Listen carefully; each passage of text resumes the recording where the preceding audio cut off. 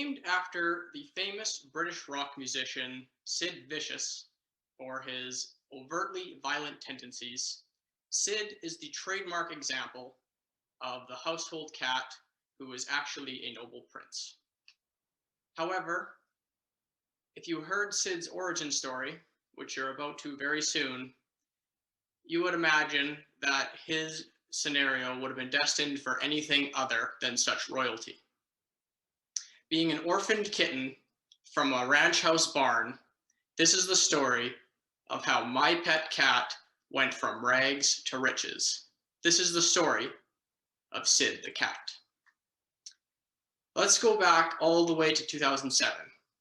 I was still in my hometown in Trochu, Alberta. I was just starting the 6th grade. It was September, and I came home for one of my first days of school, and it was quite a forgettable one. I came home through the front door, not interested in doing my homework, and I just wanted to relax for the evening. Some time passed, and then before you know it, my sister comes running through the front door. "Mom, Mom, Mom, come quick, come quick." Curious to all the commotion, I wanted to go check out what was happening. And when I met my mom at the front door, I saw what was going on. My sister just came home from the ranch that she volunteered at and was holding a little cardboard box with a towel at the bottom, and inside was a little kitten that wasn't even 10 days old. He got separated from his mother. All the milk dried up and she abandoned him. All his siblings have perished. Mom, we need to help her. We need to help this kitten.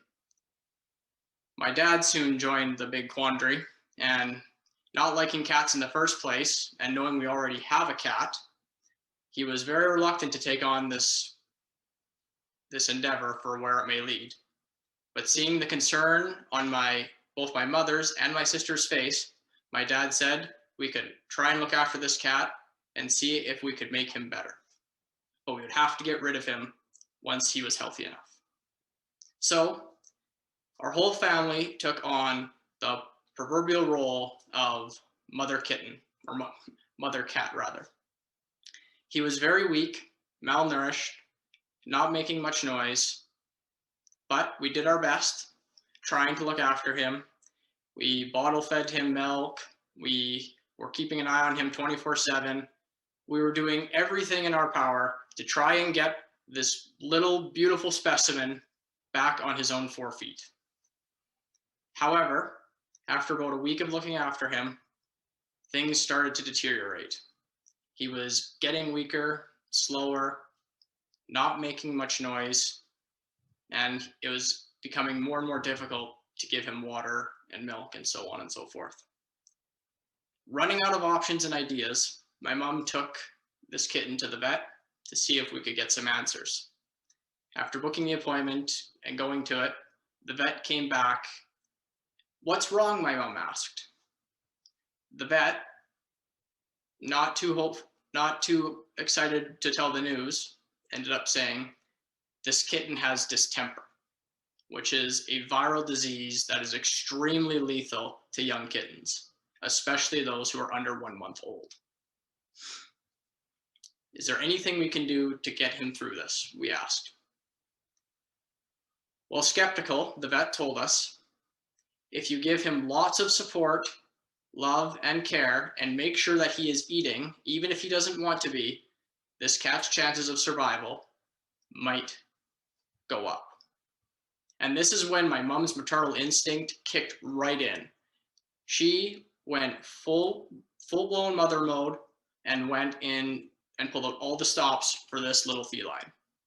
She, no word of a lie, stayed up nearly 24 hours straight with little to no sleep and almost no breaks, holding this kitten, comforting him, force feeding him water filled with electrolytes, trying to make sure this cat was going to make it through the day.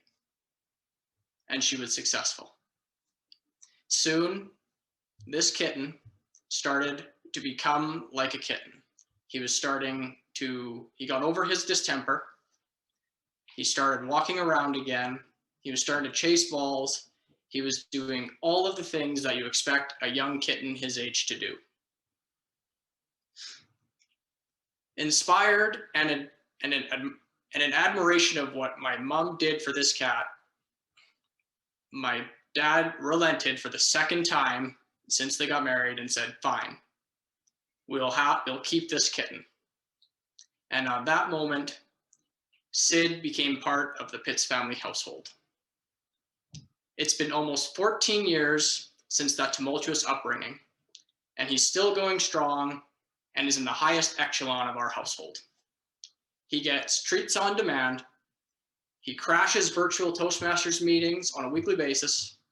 He gets let in and out whenever he pleases. All he has to do is scratch at the door.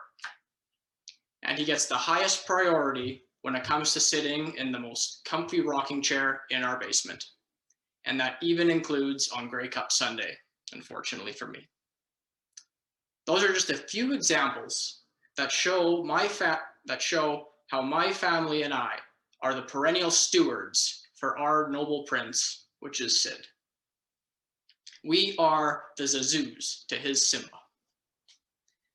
But above all that, Sid has been one of the greatest joys in my life. I love him to death, as much as he sometimes feels like he resents me. But he is a prime example that with enough perseverance, enough support, and just a little bit of luck, anything is possible. And that is the story of how my pet cat went from rags to riches. This was the story of Sid the cat.